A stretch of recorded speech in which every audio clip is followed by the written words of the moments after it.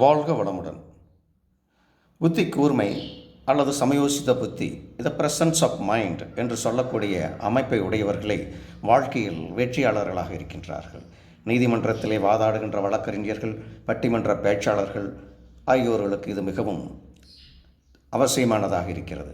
சந்திரன் 3, 1, 6, 10, 11, 7 அமர்ந்து 5ஆம் இடத்த அதிபதியும் புதனும் வலுவுடன் அமையப்பெற்றவர்கள் இத்தகைய அமைப்பை பெறுகின்றார்கள்.